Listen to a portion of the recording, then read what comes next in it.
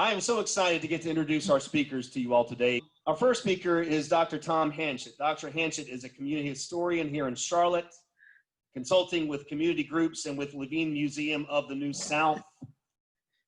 His writings range widely on urban history and Southern culture. He is perhaps best known for his book, Sorting Out the New South City, Race, Class, and Urban Development in Charlotte. I read this my first summer in Charlotte, and it was an amazing way to learn about my new home. And tonight I got that book signed by the author, and I'm pretty excited about that.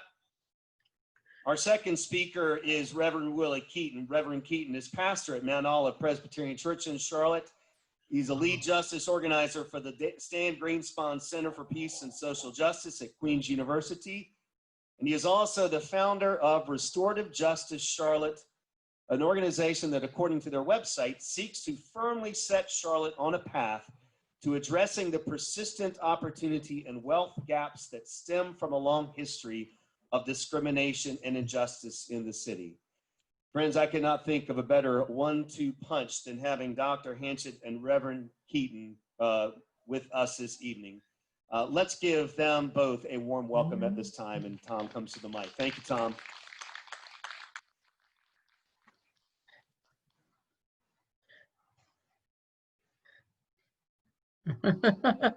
Vote. Great to be here.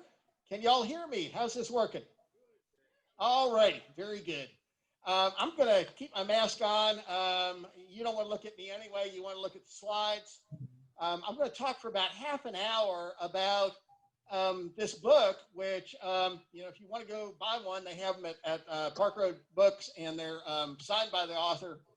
I don't get any royalties. I can tell you how great a book it is, and you want to go buy it. But frankly, I'm going to tell you what's in it, so you don't have to go buy it, because you'll get a little sense of it at any rate tonight. I'm going to talk for about half an hour, and then turn it over to Reverend Keaton to talk about kind of what do we do next as we look at this city. What I'm talking about basically is about segregation, racial segregation, economic segregation. And the book is much more than that. It's about how Charlotte became a big city, how we all got here. Do we have any Charlotte natives? Woo! All righty. I see 2 of them. Give them a round of applause. See, it can be done. We could have done that. I came in '81 to work for the Historic Landmarks Commission, and I still get lost on Queens Road. So I admire those of you who have lived here all your lives and still got here tonight. This is an easy city to get lost in. So what I'm going to do, if you can see the screen, I'm going to try and tell you what's on the screen, because some of you are far from it, and it's also a little bit light still. But I've got 3 points. That's what you do if you're going to give a good talk. I'm going to talk about segregation as something that was created. Now, this took me by surprise. If you'd asked me when Charlotte, any southern city became segregated, I would have said it's always been segregated. It's the South. Nope. Well, 1865, end of the Civil War. Nope. 1870s, end of Reconstruction. Nope. Around 1900. And y'all are looking at me like, what's he talking about? 1900. Well, I'm going to try and show you.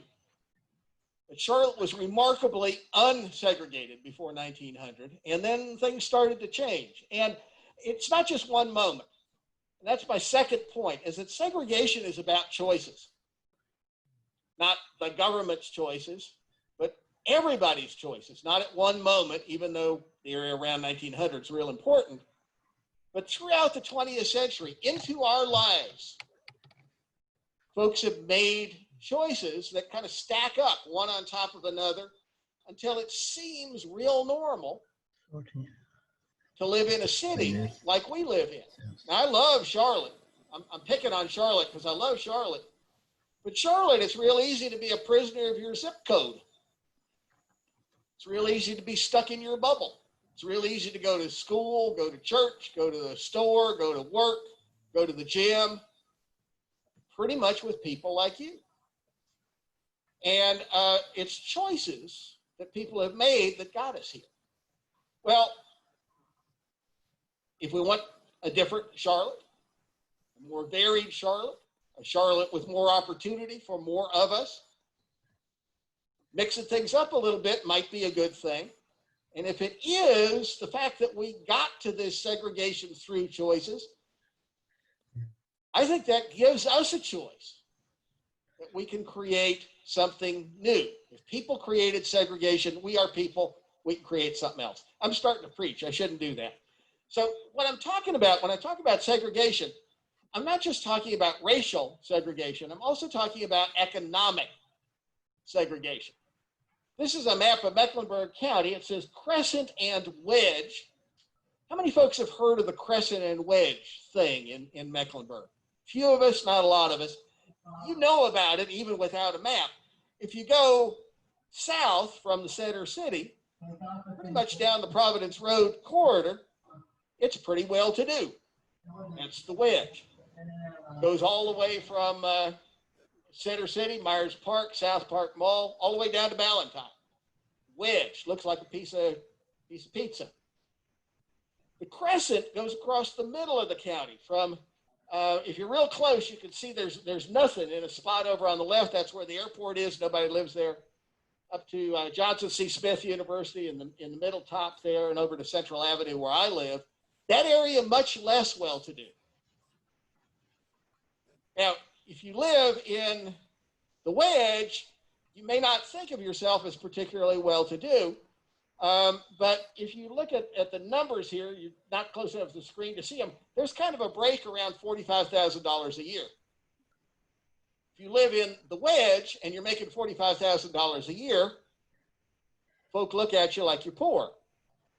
If you live in the crescent and you're making $45,000 a year, hey, man, you are doing well. I mean, most of your neighbors will never make $45,000 a year. So we kind of got two Charlottes. And the $45,000 a year thing is, well, that's what a teacher makes. That's what a beginning police officer makes. That's what a first responder makes. That's what the nurse who cares for you at the hospital makes. The people who are so much a part of our lives are kind of living in one part of the city, if they're lucky, but not in another part of the city. That's kind of odd when you think about it. So, well, I'm saying it's odd, but we've all grown up with that. Every city's like that. It must just be the market at work, right? I'm going to argue it's not. Could you imagine a city in which there was no economic segregation? Could that ever happen? What would it look like? Well, I would say that it might look like Charlotte in 1875. Now, unless you're close to the screen, you can't see what this is. This is First Ward. All of Charlotte was within now the I-77 loop, the 277 loop. This is 1875, right after the Civil War. And I mapped a quarter of it, one ward. The wards were divided along Trade and Tryon Streets. If you're close to the screen, you see all sorts of different colored pins, all higgledy-piggledy. Down at the lower left-hand corner at Trade and Tryon, there's a bunch of red pins. Those are the businesses. They kind of make sense. But if you look at the blue pins, those are white folks who own their own business. They're everywhere. If you look at green pins, those are white folks who are working in white-collar jobs but don't own their own business. They're everywhere. Brown pins, white folks who work as carpenters, harness, they're everywhere. Got some white pins, those are people who didn't list what they did for a living in the city directory. So you don't have economic segregation.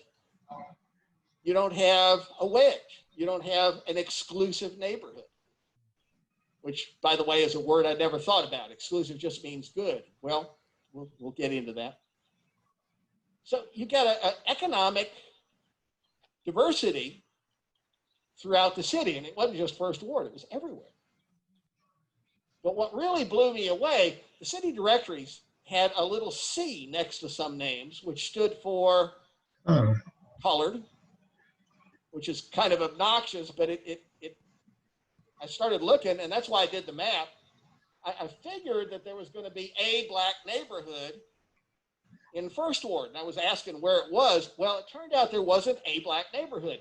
Every one of those yellow pins is a household, and there's about 5 of them in the upper right on Myers Street, about 4 of them on, I guess that's Caldwell, a bunch of them on 6th Street down at the left there. But actually, African Americans lived on every single block of Charlotte 10 years after the Civil War. And Charlotte had been growing. And it kept on like that. In fact, I'll give you a church example of that. I've been looking at this. I hadn't seen it because I didn't expect it. But right on the right where it says North College, that is Levine Museum of the New South, where I worked all the time. Right across the street, that blue pin, that's First United Presbyterian Church, the leading black church in Charlotte, built by its African-American congregation right after the Civil War, rebuilt in the 1890s. Big church plant. That's impressive. But it is a block from Spirit Square. Y'all been to Spirit Square. Folks who are Charlotte natives remember that was First Baptist, the leading white church in the Baptist denomination. So you had a black church, a white church, a block apart. If those had been built when I was growing up, they would have been built on opposite sides of town. So what I'm trying to say is that racial attitudes change, which is something I'm still trying to get my head around. So 1900, I keep coming around to 1900. Church at the top built in 1896, Spirit Square built right after 1900. What was going on around 1900? I apologize for showing this next slide. This is from what white leaders here in North Carolina proudly called the White Supremacy Campaign of 1898. This is not something where the media put it on them. This is what the leaders of our community, Raleigh, Wilmington, there's a whole book about this in Wilmington, brand new book called Wilmington's Lie, about the history of that white supremacy campaign and the way that it was erased from the history books. Well, you can't erase history because the facts are out there. The historians are going to find it. What the context was an economic downturn. We have just lived through an economic downturn. 2008, remember 2008? Mm-hmm. Is it just me, or has politics gotten uglier since 2008? Oh, yeah. That often happens when folks are in fear economically. When people are in fear economically, it's real easy to kind of pick at each other. Now, if you have visionary leadership, it's also a moment when people can come together. And that's what happened first here in the 1890s. That guy, there's a ballot box there. It says fusion. Black and white voted together in large numbers here in the 1890s. Not all white folks, the men of property and standing, the guys at the top of the economic pyramid, they would never vote with former slaves. But African Americans and a whole lot of white folks voted together, and they won. Both houses of the state legislature, governor's chair started changing government, and bam, there was a backlash. How dare you take government out of the hands of the men who own the property and put it in the hands of those who are ignorant and own no property? That's the mayor of Charlotte, 1898. Charlotte Observer, very much on the side of the men of property because they were the advertisers. Charlotte Observer says it's time to end this rule of Negroes and the lower class of whites.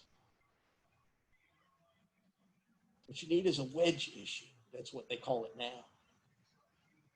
White supremacy shall be the issue.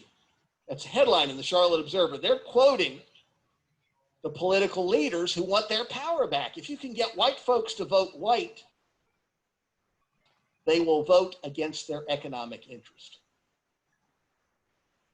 And it works. 1900, North Carolina, a whole bunch of southern states does this about the same time, within 5-6 years, one way or the other. North Carolina puts in a new constitution. says you have to pay to vote. It's called the poll tax. There's a grandfather clause. It's all fancy language. You have to pay to vote.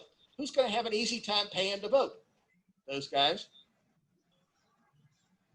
And if you can pay to vote, you also have to pass. Now, this doesn't sound like voter suppression. It just sounds reasonable. You have to pass a literacy test. Sounds like a good thing, right? Y'all could pass a literacy test? I am the registrar. All you have to do, come down to the courthouse, stand before me, and prove that you can read and interpret the U.S. Constitution to my satisfaction. Basically, if I don't want you to vote, you ain't going to vote. Literacy tests stayed around until the 1965 Voting Rights Act. And it wiped out a whole lot of black voters, but also a whole bunch of white voters, too. A lot of government decisions made between 1900 and 1965 did not have all of us at the table. That's something we can talk about more a little bit later. But what I'm doing is I'm talking about politics. Let me talk about cities. This is the moment at which the hyper segregation that I grew up in Virginia, and I remember the white and colored water fountains. That was new. 1896, for the first time, there were separate white and colored waiting rooms at the train stations here. 1903, North Carolina put in a new law, said black people have to sit at the back of the streetcar. Down at the courthouse, you swear on a Bible. Suddenly there were separate white and colored Bibles at the Mecklenburg County Courthouse. And out in the suburbs, there were deed restrictions. I found the first ones. They were in my neighborhood in Plaza Midwood, just off Central Avenue. Eventually, all of the neighborhoods had restrictions that said this property shall be used only by members of the Caucasian race, but also shall be used only for a house costing not less than X number of dollars. So racial segregation built right into our deeds. Also, economic segregation built right into our deeds. And I'm going to tell you a bunch of stuff where I wasn't real bright. The light came on that that's what they meant by exclusive neighborhood. It was a neighborhood that literally excluded people, which was very different than the image of America as the land of opportunity that I've been raised on. Like I say, I'm still coming to grips with all of this. Even areas that were already built up. This is the same map I showed you before. It's bigger. I've closed in on it so you can see white and black in the same block. That's 1875. That's before the white supremacy campaign. Mapped the same area in 1910, 10 years after. So this is before. There's after. Yellow pins, black folks. Blue pins, white folks. Now, if you're close to the screen, you can see that I'm showing you part of the city. It's not like there's just one black neighborhood surrounded by white people. It's more like a quilt. Black neighborhood, white neighborhood, black neighborhood, white neighborhood. And that's the way our cities were for a long time. But isn't that remarkable? Segregation is not something that's always been. It's not something we always wanted. It's not something we always have to live with if we don't want to live with it. So this is the moment at which you get African-American neighborhoods like Brooklyn that Reverend Keaton is going to talk about. Brooklyn is now the government center downtown. But from about 1900 to the 1960s, Brooklyn was the premier, not the only, the premier black neighborhood.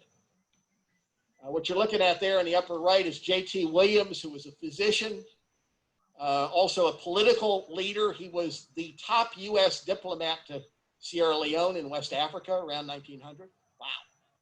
He built the house, had somebody else build it. At the upper left, there's another physician's house there on Brevard Street, Grace AME Zion Church, which still stands. Down below, you can see the Black Main Street. Black architect did the tall building there. That was an insurance company. On the right, the school, Second Ward High School. There's still a Second Ward National Alumni Association. Tremendous neighborhood. Now, most of the neighborhood was not fancy. What you look on the left, you can see the shotgun houses, the rental houses. A lot of working class Black folks lived in Brooklyn, mostly in rental housing that was controlled by absentee landlords. Most of those white folks. Now, when I look at that slide, I'm going to tell another story on me. I don't know if you can see that real well, but there's a bunch of houses there, and they're all jammed together, and they haven't been painted, and there's kids playing in the dirt outside. When I first saw that slide, I reacted the same way I often did, with neighborhoods I see in real life today. I went, well, people don't care, do they? That's a bad neighborhood. Must be bad people live there. That's me talking to myself. But the more I give this talk, the more I look over there, and yeah, the houses have not been painted for a long time, but it's not the tenant's job to paint the house. The houses are real close together, but the tenants don't put the houses on the street. There isn't any sidewalk, any pavement, but that's not the tenant's job. And so when I think of neighborhoods like that, I'm not sure that's a bad neighborhood at all, but I'm pretty sure that there are bad people. A bunch of them are people outside the neighborhood, not people inside. So Brooklyn, a Black neighborhood, at the same time you get white neighborhoods that are just as segregated, white working class neighborhoods. This is Noda, which today there's a textile mill that's turned into a brewery, of course, in this main street. When that was built in 1903, a downtown minister published a sermon about those people, the white working class folks, who often had voted for the fusion back in the 1890s. He said, just at this point in the development of the mill people, perhaps it is better to let them form a class to themselves, with their own churches and schools, rather than mix promiscuously with the better class. And at the same moment, you get the beginnings of Southeast Charlotte. This is Myers Park. I love Myers Park. I wrote a book about Myers Park, co-wrote it, put Myers Park on the National Register of Historic Places, designed by a major Boston landscape architect. Greenway Parks, they moved in the trees. The Queens Road actually made sense. There was a streetcar that was supposed to run all the way around it. But gates out at the front, gates on the side are still out there by Presbyterian Hospital. But the more I think about Myers Park, y'all been to Myers Park? You ever been lost in Myers Park? I don't think it's an accident. Our cities break down about 1900 from mostly grid cities into these neighborhoods, these exclusive street patterns. Wow. And it gets worse. 1930s, there is another depression. This is a big honking depression. In fact, they called it the Great Depression. You all know about that. And these are two things that were put in place to help banks. You saw that in 2008. The banks kind of teetered. The mortgage market froze. How do we get banks to lend again? Well, two things here. One on the left is called redlining. In fact, I've got a handout at the main table if you want to take home a redlining map and think about it. Redlining is now illegal, but back in the day, the government did it. What they were doing was credit mapping.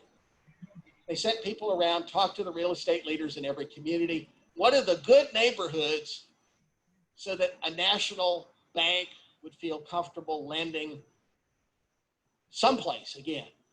And so this map, the bottom there is Myers Park, Eastover, Dilworth, Elizabeth, Plaza Midwood, where I live, Charlotte Country Club. All of those are blue and green. Means it is a good mortgage risk. becomes real easy to buy your own home if you live in Southeast Charlotte. The rest of the map is all red and yellow. Even areas like the area around Johnson C. Smith University, which is where the professors lived, it's coded red. That means it is a bad credit risk according to the federal government. It becomes real hard for black folk to own their own home. On the right, Federal Housing Administration. I love the Federal Housing Administration. My dad was a veteran, World War II, got a VA FHA loan, 20-year mortgage. That was a new thing. Used to be you had to pay off your mortgage in about 5 years. You needed 50% down. My dad, I think, paid 0 down and then paid it off over, it ended up being 30 years. Wow. But the FHA did not give everybody a mortgage. This is a study that they commissioned at the beginning of this, and it's a study of ethnic groups. They use Chicago as a case study. Most favorable come first in the list, those exerting the most detrimental effect appear last. Good neighborhoods are neighborhoods with English, German, Scots, Irish, Scandinavians, maybe North Italians, perhaps Bohemians or Czechoslovakians, those are my mom's people, Poles, Lithuanians, Greeks, Russian Jews of the lower class, South Italians, Negroes, and Mexicans. Isn't that amazing? And those kind of prejudices are part of what gets baked in to our belief system. It gets reinforced. It's those people move into our neighborhood, are we going to be able to sell our home? Well, that sounds ridiculous on the face of it until you see this. And it gets worse. Redlining, 1938 in Charlotte, is followed by zoning. Zoning had not always existed. They put it in place in 1947. If you're close to the map, you can see that the single family areas are all in Southeast Charlotte. They're all in areas that were already white and well-to-do. And if you take a look at Brooklyn, remember the Brooklyn neighborhood, black neighborhood, business district, well-to-do folks, a lot of absentee landlords. Brooklyn in the redlining map was all red. Means that if you live in Brooklyn, you want to own your own house, good luck. Few folks did, but they didn't get any help out of the banks. In the zoning map, Brooklyn is zoned yellow, which is industrial, which means basically anything goes. Now, if you're a landlord, you own property in Brooklyn, you're going to paint the houses. It's zoned for demolition. You're going to fix the roof. It's zoned for demolition. What you get is institutionalized disinvestment. I gave this talk once to a group of high school students. I love talking to high school students because they'll say what's on their mind. And a young African-American, I think he was African-American fella, stood up. And this broke my heart, still does. He said, that's why black neighborhoods look sorry.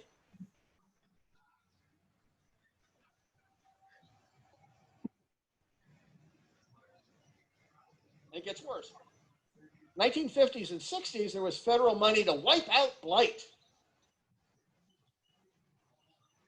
The federal government would help you demolish blighted real estate.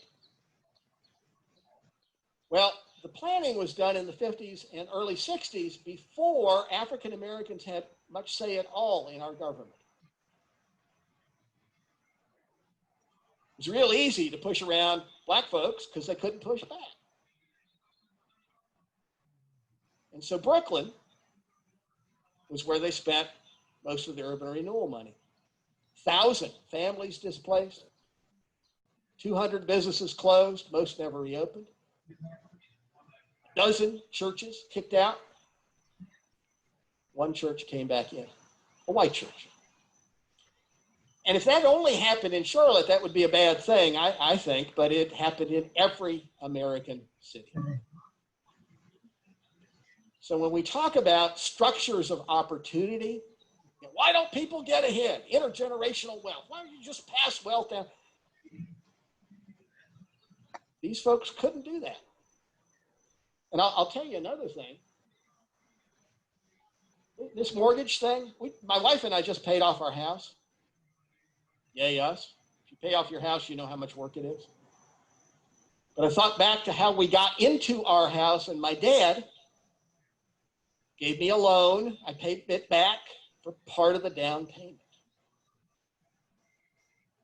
He was able to do that because he got an FHA mortgage. He's of English and German descent. My mom's Bohemian.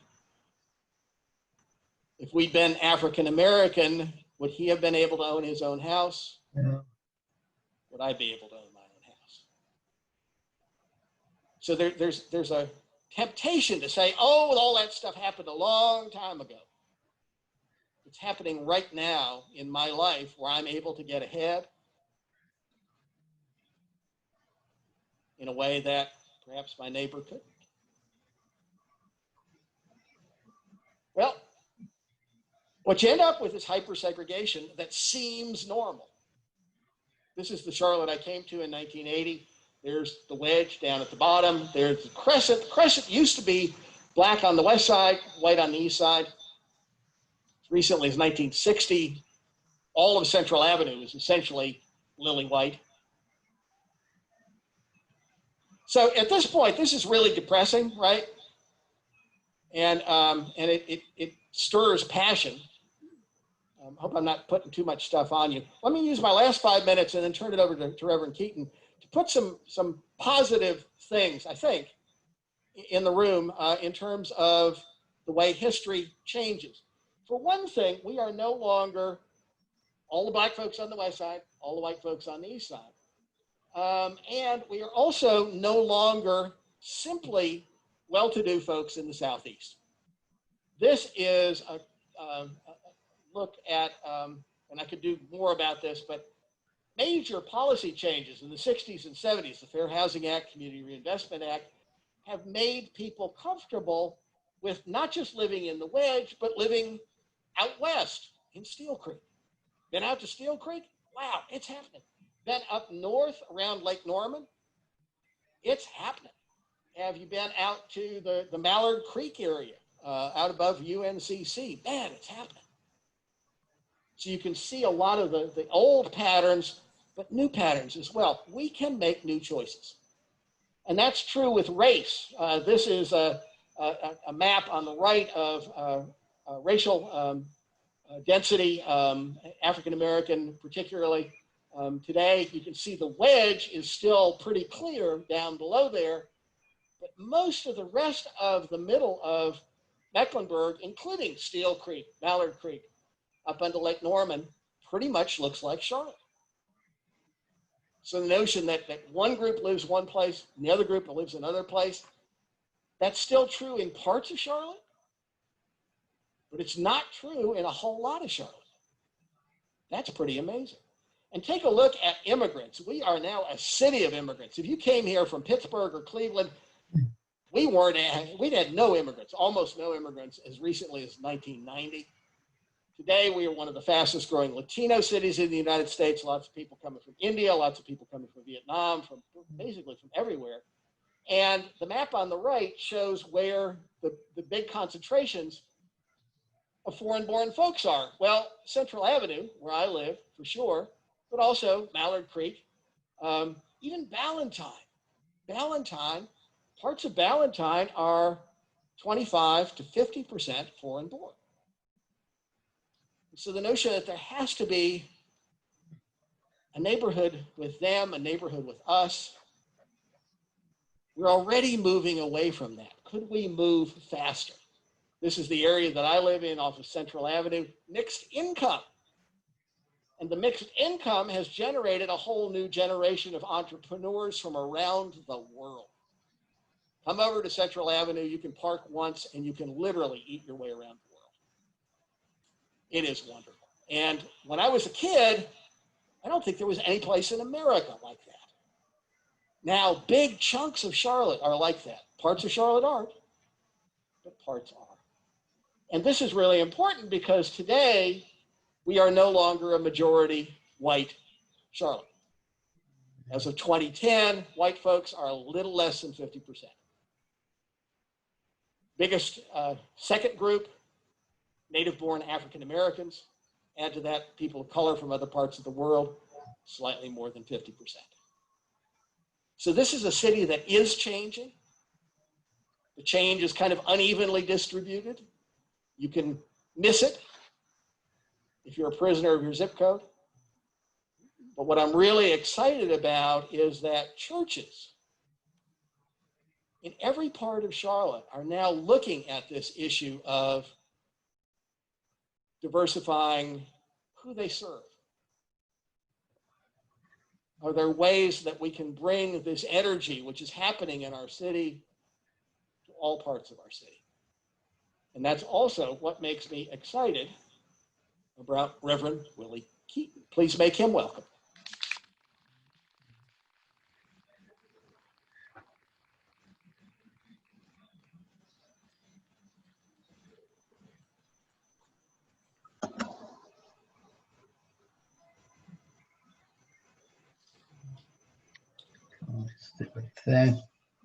How's everybody? Glad to be here. Certainly want to thank the pastor for this opportunity, and thank you for being here at this time.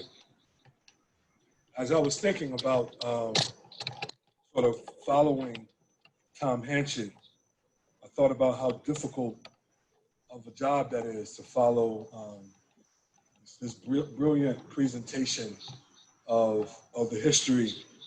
And so I said, let me follow that with a couple quotes. The first one is from Martin Luther King Jr. He says this May 8th, 1967. He says, I believe we ought to do all we can and seek to lift ourselves by our own bootstraps. But it is a cruel jest to say to a bootless man that he ought to lift himself by his own bootstrap. Let me give you another one. This one is from W.E.B. Du Bois. Come on. He says, to be a poor man is hard, but to be a poor race in a land of dollars is the very bottom of hardship. And that quote always has really stuck out to me.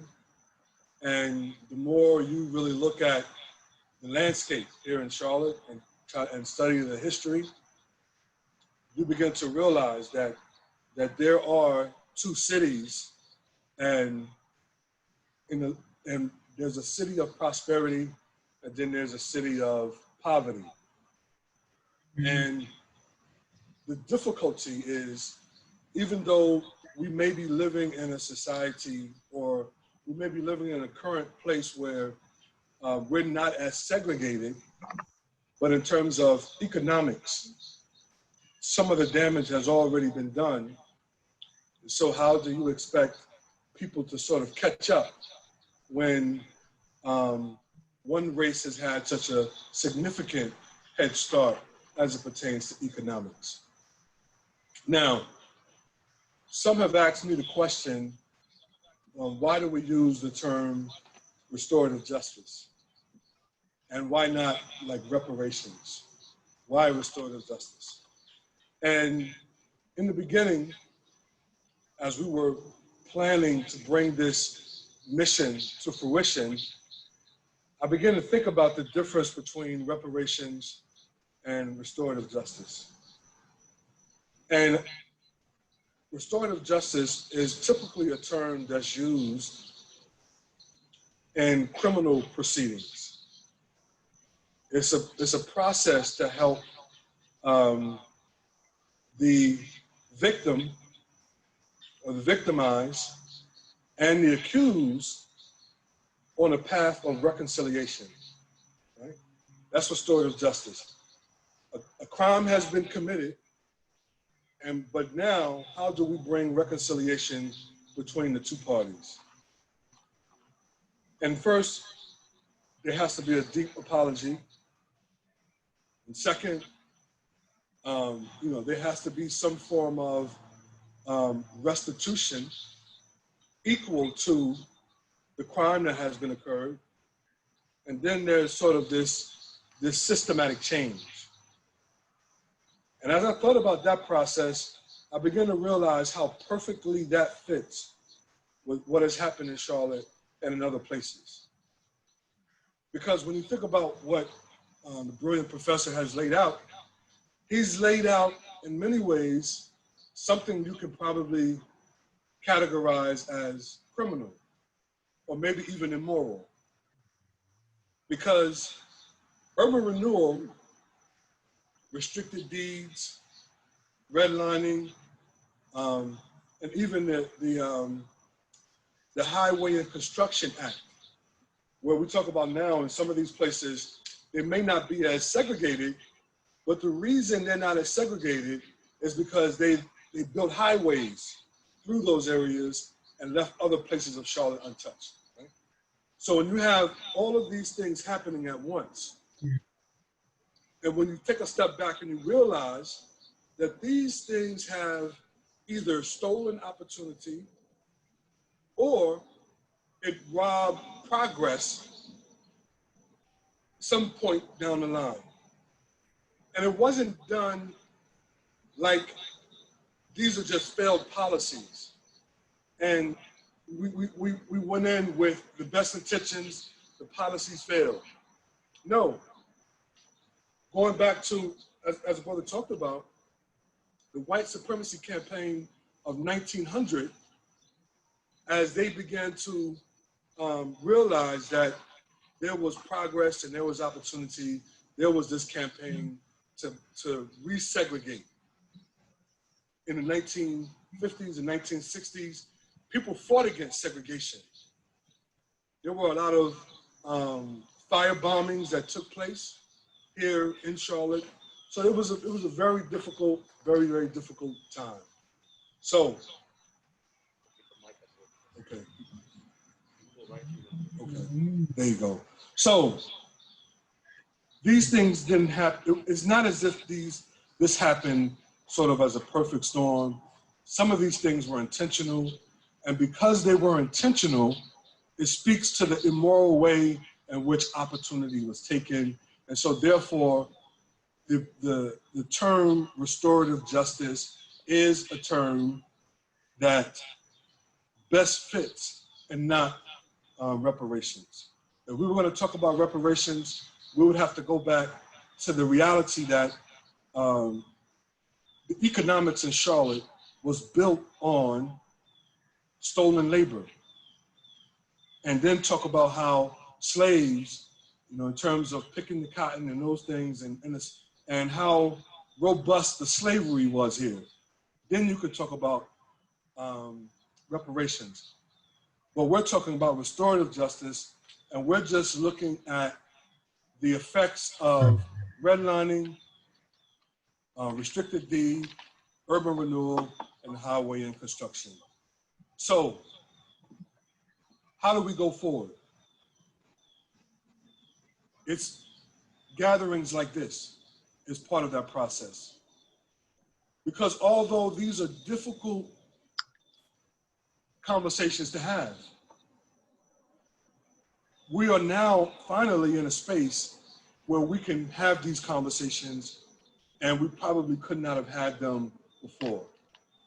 And I think people's hearts are finally open to have these conversations in ways in which we have not had them. And we need to start those conversations with our children. That's a big part of it. And there's two conversations that we need to have. One is a conversation with a young Black child, a young Black mind that says, you live in a system where it's going to be harder for you than it is for the other white children that you may go to school with. We have to have those kinds of conversations because those are real conversations in Charlotte. Charlotte, statistically, is last in upward mobility, statistically. So that means if you're born poor in Charlotte, statistically, this is the hardest place in America to make it out of poverty if you're born in poverty.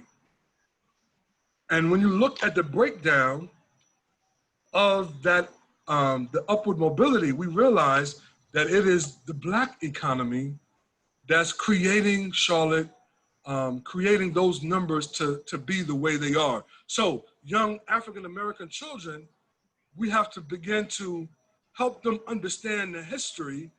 And the history says that it's okay to dream again. Even though you live in a community that is collapsing all the way around you, even though you live in a community where they sell drugs right out in the open, even though you live in a community where it's easier to buy a gun than it is fresh fruit, you can still dream, because this has happened as a result of hatred. This didn't happen because there was no Black genius, or there was no Black intellectualism, or there were no Black intellects. This happened because hatred stole opportunity from your parents and your grandparents. And so therefore you have had to study in schools that were underfunded and therefore underperforming. But then I think that's part of the conversation, and it probably needs to be fleshed out more. But then there's another conversation we need to have, I believe, with young white children.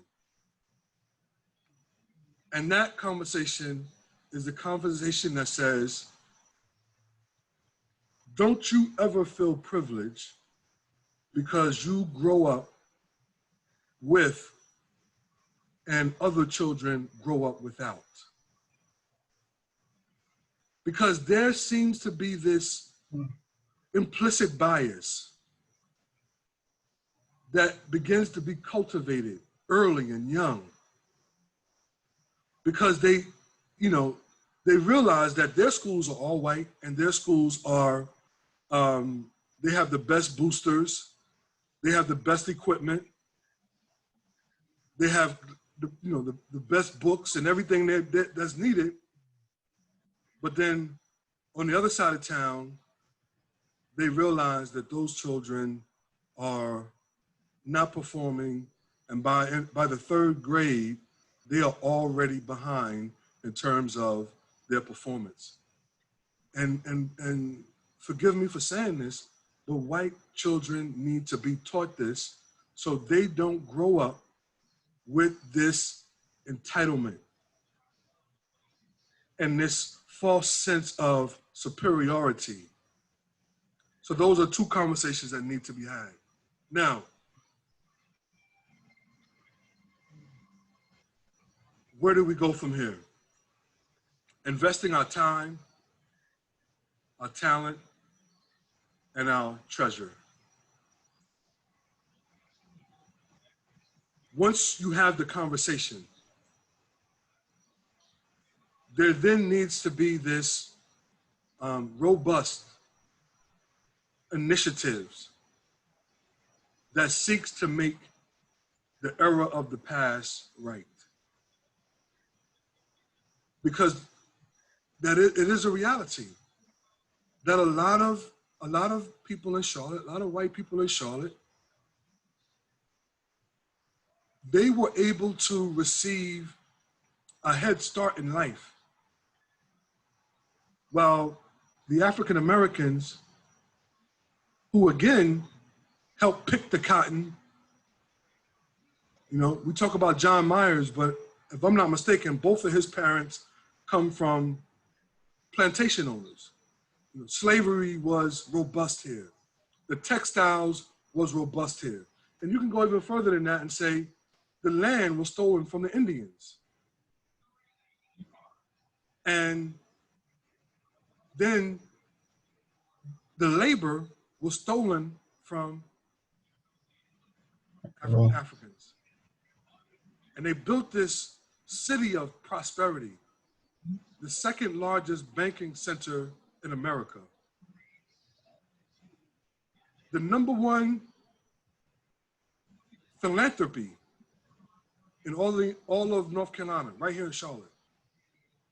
But in the shadows of all of that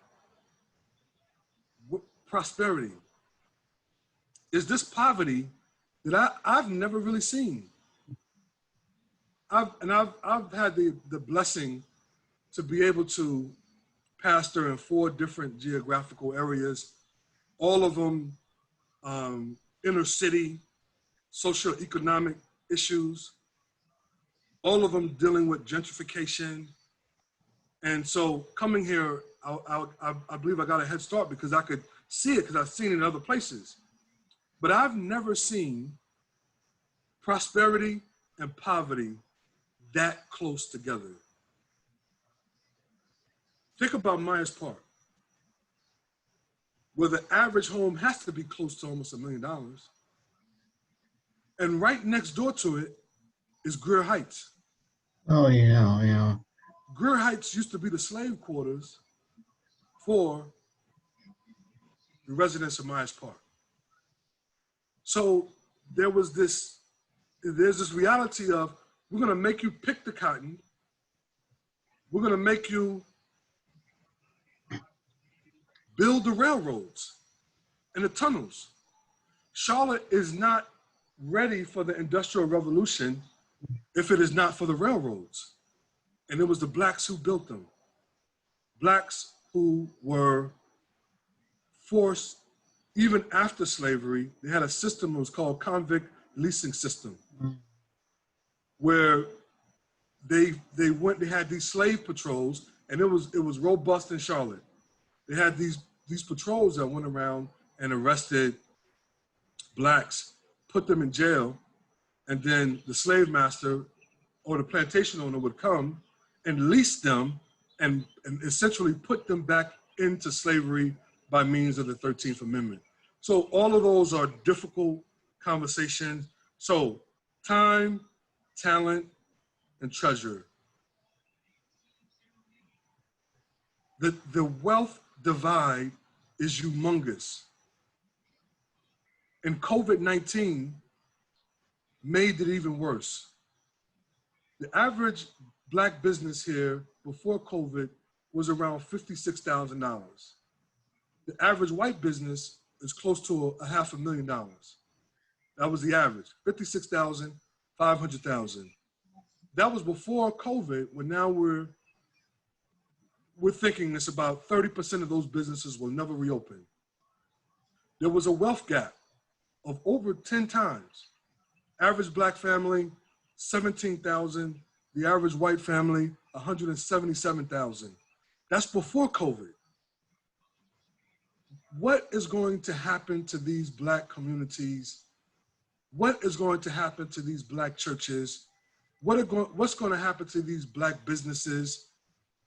And you might be thinking, well, that's not our issue, but it becomes our issue when you begin to realize the historical initiatives that have taken place that have caused this predicament in which we now find ourselves. So I'm going to stop there. Thank you for your time, and thank you for allowing me to be here. I really, really appreciate it.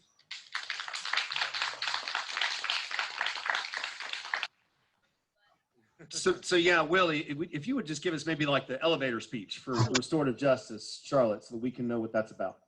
Well, many of you, he mentioned before that I was a justice organizer for Queen's University. I was a justice organizer. And so we were involved in affordable housing.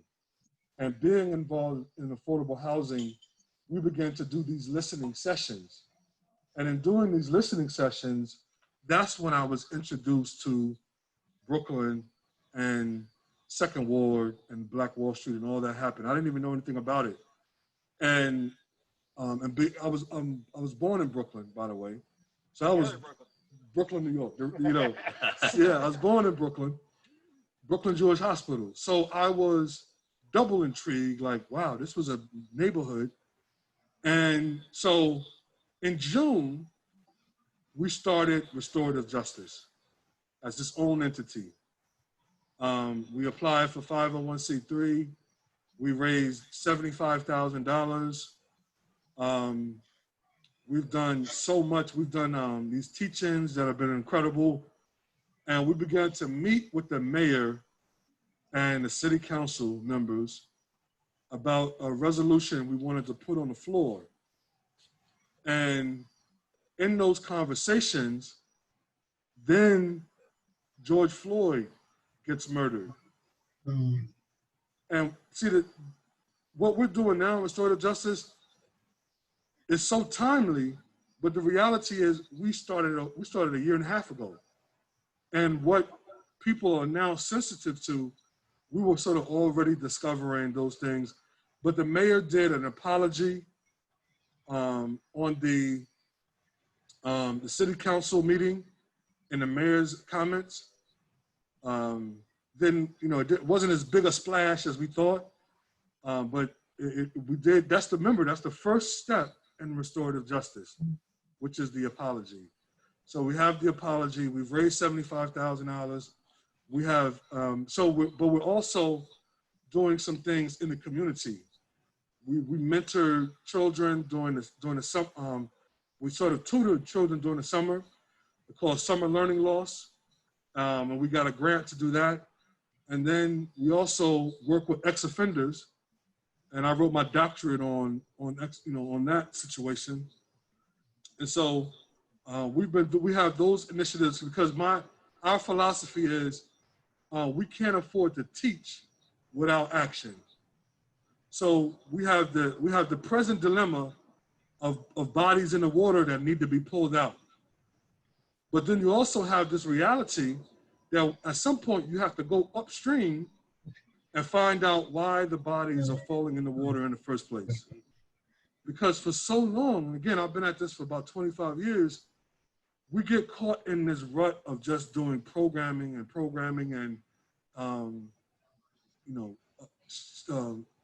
food lines and all those things are wonderful and they're needed. But at some point, we have to go upstream and deal with the systematic racism that caused these issues. And maybe, because again, they're not easy solves. We're talking urban renewal, that was 60 years ago.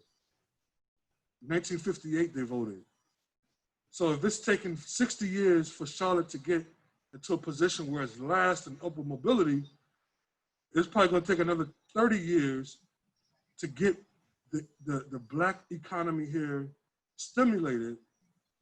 But that's gonna take time, talent, right? We need your time, we need volunteers, we need your talent. There's so many people who are retired, and then we need the treasury. We need the funding to be able to demand, right? Power doesn't concede nothing without a demand. It never has, and it never will. That's Frederick Douglass, and you need treasure to do that power part of it. Thank you, Willie. I'm going to close with a prayer, and this is a prayer it's called a prayer of Oscar Romero, who was an Archbishop of San Salvador during some pretty difficult times down there, violent times in the 70s, speaking out against, I think it's 70s, speaking out against poverty and social injustice. So let this be our closing prayer. Would you pray with me? God, it helps every now and then to step back and take a long view. The kingdom is not only beyond our efforts, it is even beyond our vision. We accomplish in our lifetime only a tiny fraction of the magnificent enterprise that is God's work. Nothing we do is complete, which is a way of saying that the kingdom always lies beyond us.